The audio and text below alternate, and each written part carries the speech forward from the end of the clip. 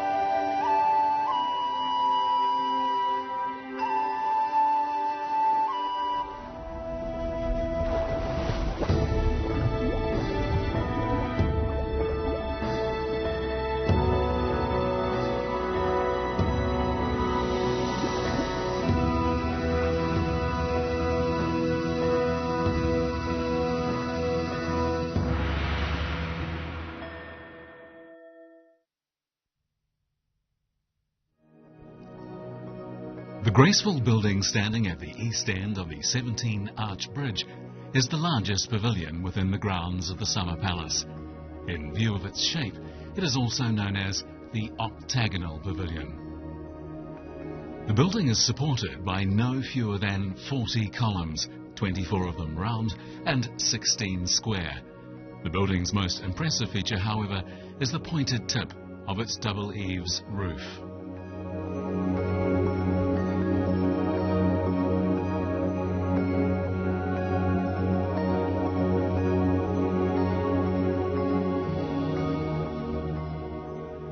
Jingyi Yuan, the Garden of Clear Ripples, as the Summer Palace was originally called, contained 40 pavilions, and each one, apart from contributing to the charm of the particular scene of which it was a part, offered a quiet place to rest.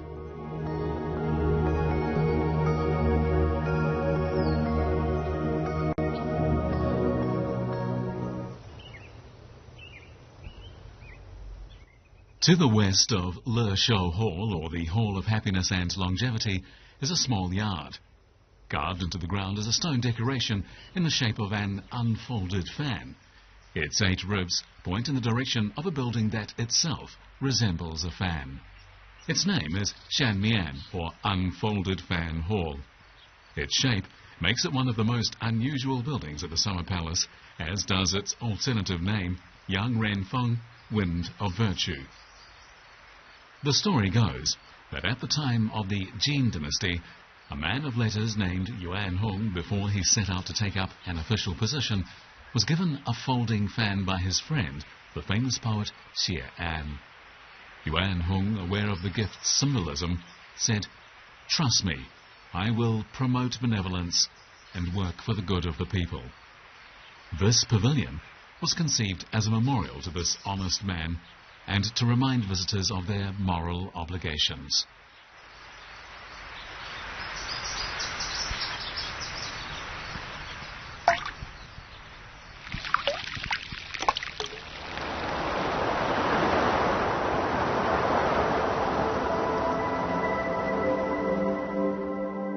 Every structure in the garden was designed as an integral part of a scene.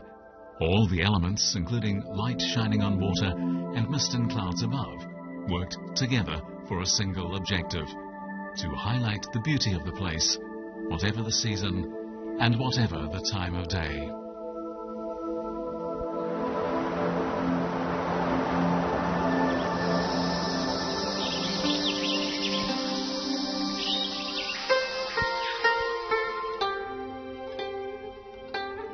Emperor Qianlong's visits to this vast and exquisite garden often inspired him to create works of literature. In his lifetime, Emperor Qianlong wrote a total of 42,000 poems. 1,500 of them were eulogies to Qingyi Yuan. He also enjoyed literary improvisations with his ministers. They came up with lines of poetry to echo his own, reveling in the moment.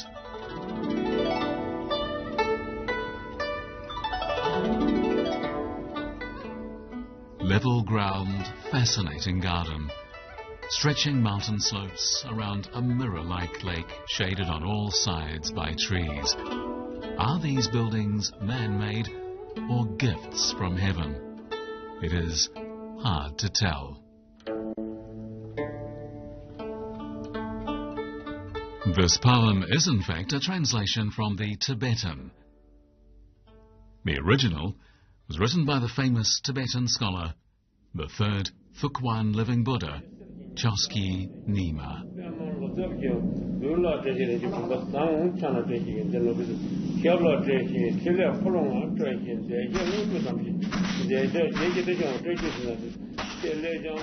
Summoned by Emperor Qianlong, at the age of 27, Choski Nyima set off for Beijing. He arrived a year later in 1763, by which time Qingyi Yuan was complete. As the imperial advisor on Tibetan Buddhism, he spent many hours with Emperor Qianlong in this garden. He is believed to have composed the poem Level Ground, Fascinating Garden, possibly at the urging of the emperor.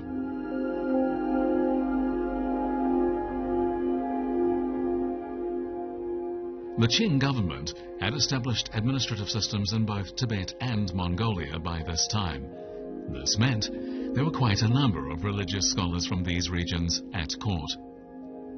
Finding in the emperor an amiable man, they referred to him as Bodhisattva.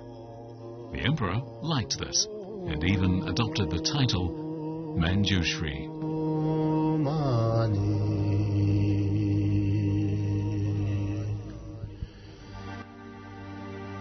In the 45th year of his reign, Emperor Qianlong turned 70. To celebrate the occasion, a massive boat made of stone, some 40 meters in length, was built on Lake Kunming. It was popularly known as the Marble Boat, although it was sometimes referred to as the Happiness Dragon Boat. On the third day of the 9th lunar month that year, the emperor instructed that everything be made ready for the arrival of a distinguished guest. The 6th Panchen Ardani would be arriving from Tibet, the first Panchen Lama to come to Beijing. On the day of his arrival, the 6th Panchen Ardani boarded a dragon boat at Xiaoyi Bridge in Qingyi Yuan. He was to burn joss sticks at Daobao An Temple, the temple of repaying kindness. Qingyi Yuan became Emperor Qianlong's favorite place, but within less than a century, this beautiful park that had taken so much wisdom, effort and passion to build would be destroyed in a huge fire. How did it meet its doom? And why would a leading figure at court, Prince Chun, oppose its reconstruction 13 years later? For the answers to these questions, watch the 4th episode of Untold Stories from the Summer Palace.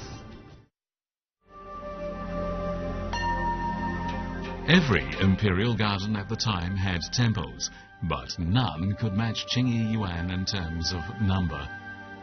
Inside Qingyi Yuan, there were 15,120 Buddhist and Taoist images.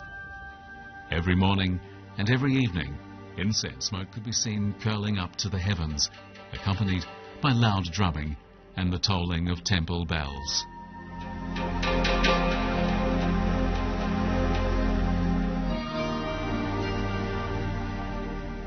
Zhihui-hai, the Sea of Wisdom Temple, is the tallest building on the front slope of Longevity Hill. Its outside walls are glazed with sumptuously coloured tiles, and its interior is formed into an arch using rocks.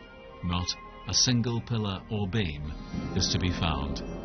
For this reason, it is also called the Beamless Hall.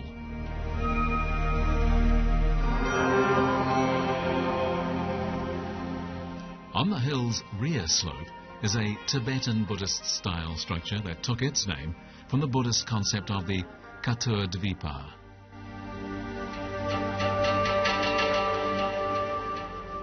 According to Buddhist teachings, the Buddha lives on the central mountain of Sumeru in the middle of a sea dotted with 4 large inhabited continents and 8 smaller continents. The design of this building complex reflects this belief.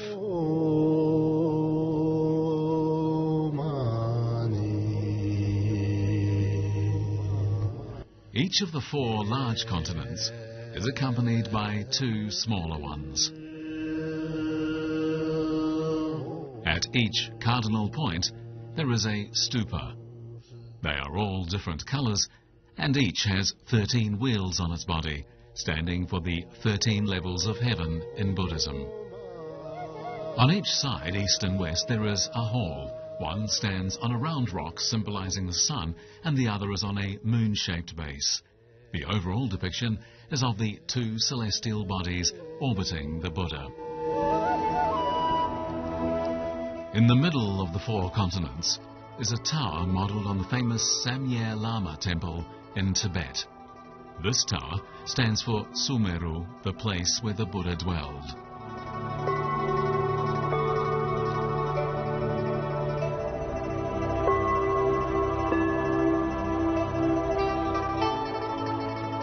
One of the secrets to the prosperity of Qing China under Emperor Qianlong was the coexistence of various religions, which brought peace and territorial integrity to the country and unity to the people.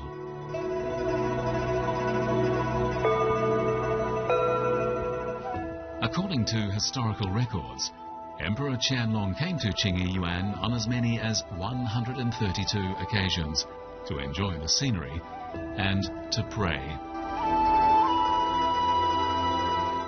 On each occasion, he never failed to climb to the top of Longevity Hill to take in the view.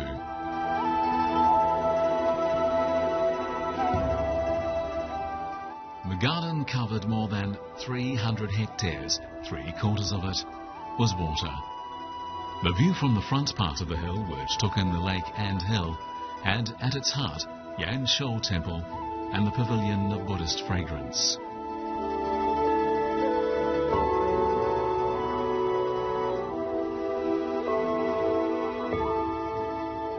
The individual scenes in Qing Yuan, by blending with their surroundings, embodied a key principle of classical Chinese landscaping.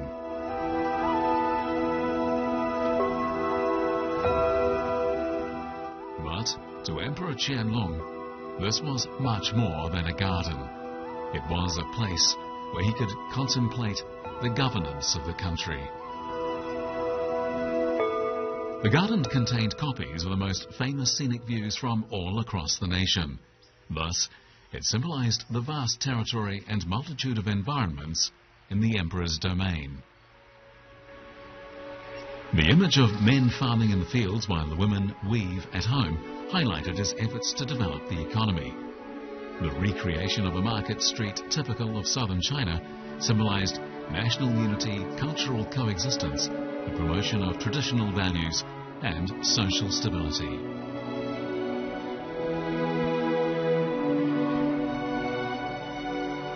The garden exemplified Emperor Qianlong's political ideals.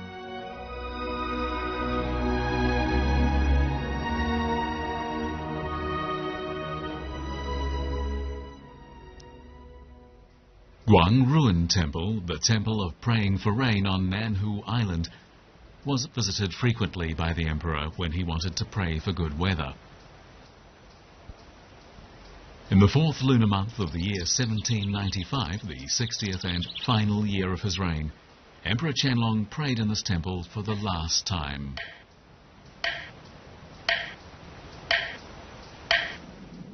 That night, after a long dry spell, the rain came. The next day, Emperor Qianlong hurried to the temple to offer his thanks to the Dragon King, the god believed to be responsible for rainfall. He then had the temple's name changed to God Sent Rainfall. While in China an emperor prayed for rain, in the West an industrial revolution was taking place. In many jobs, men were being replaced by machines. In the 5th lunar month of the 17th year of his reign, Emperor Jia Qing, Qianlong's son, issued a decree after his prayers had been repeatedly answered that in spring and autumn every year, ministers would visit Guangrun Temple on his behalf. The year was 1812, when in the West, machines powered by steam were already in widespread use, and steamships were plying the seas.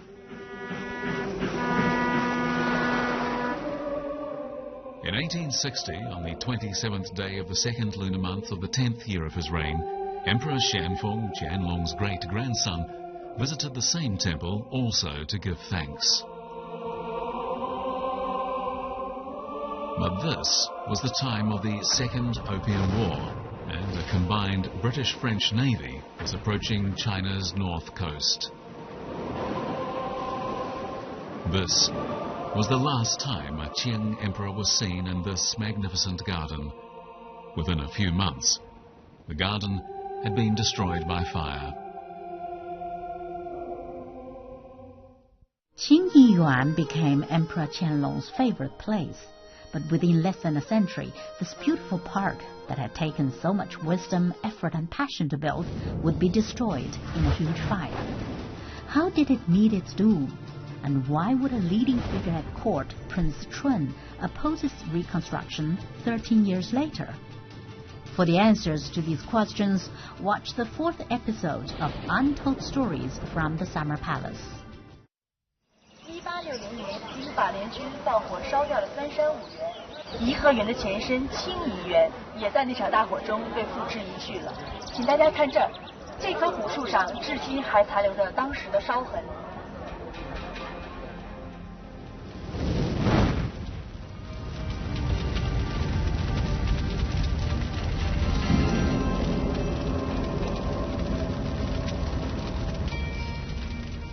By 2 o'clock in the afternoon of October the 18th, 1860, Qing Yiyuan was a sea of flames.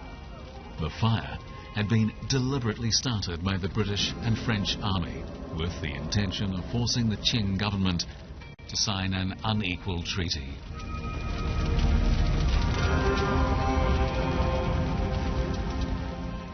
Charles Wagaman was a reporter accompanying the British forces. He wrote, "Most eye-catching was the tower standing above the garden. It became a torch burning fiercely on a granite stand, like something in a sacrificial ceremony."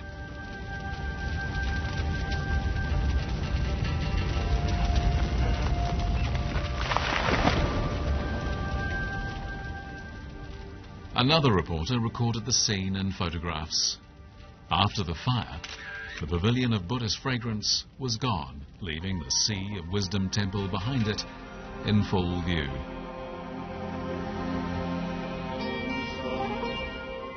Yanshou Temple, which had stood in front of the pavilion, had also vanished, as had all the buildings on the east side of the hill.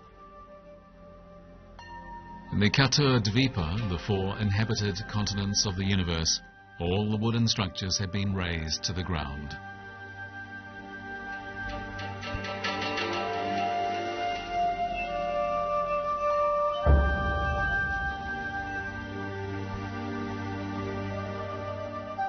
Wagaman ended his account with these words: "In this war zone, nothing was left except for indestructible granite rocks, which cried out about their glorious past as a magnificent imperial garden."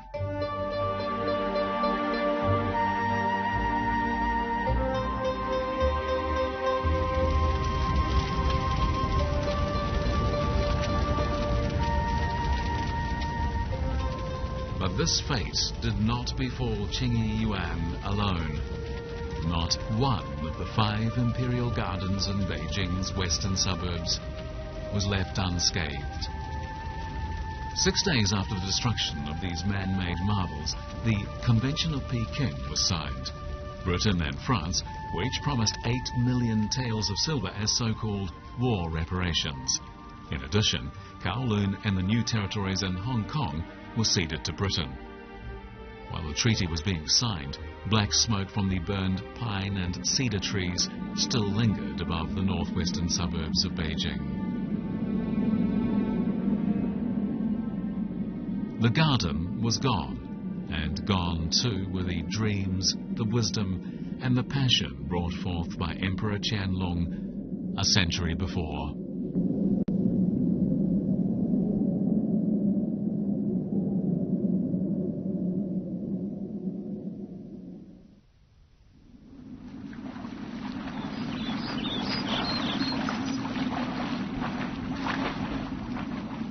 "26 years passed.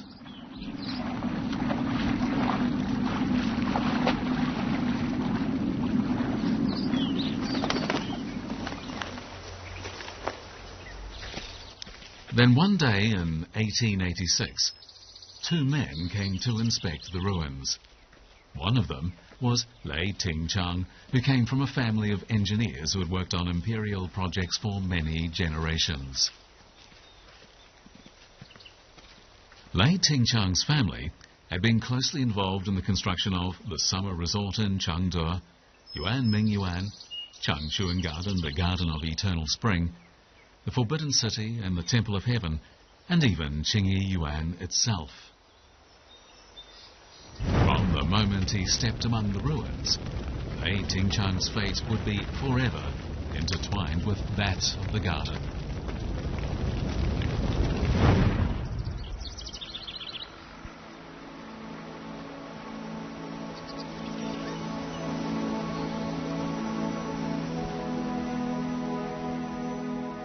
Lei Tingchang had come at the behest of Prince Chuan. The prince was the younger brother of the former Emperor Xianfeng, the brother-in-law of Empress Dowager Cixi, and, most significantly, the father of the incumbent Emperor Guangxu. When the garden had been set on fire in 1860, Prince Chuan was taking refuge in Chengde with the Emperor Xianfeng. But now, as a favourite of the Empress Dowager, he was a key figure at court.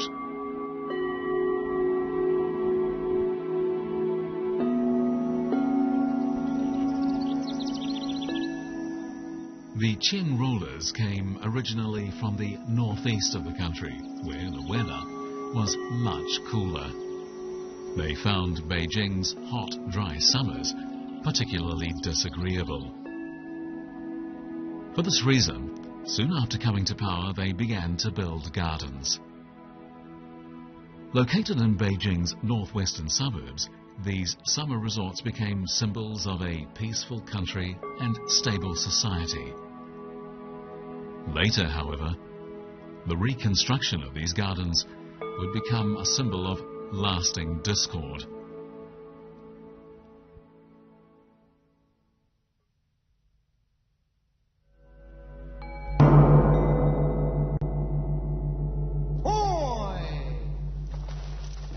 In 1873, 13 years after the destruction of the 5 imperial gardens, the matter of rebuilding them was raised for the first time.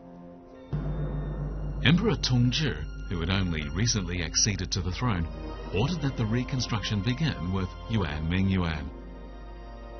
However, the entire court realized that this was really the wish of Empress Dowager Cixi, the power behind the throne, and the emperor's order prompted a debate. Prince Gong and Prince Chuan argued that the country was weak and that the proposed reconstruction would be too costly and therefore unpopular. Prince Chuan then went to the emperor in tears to plead his case, and the emperor gave in.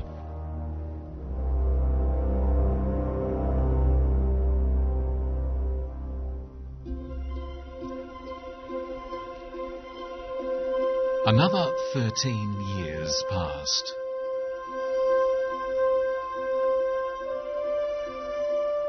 In 1886, however, The issue of rebuilding the gardens was brought up again, and this time Prince Chun supported the idea.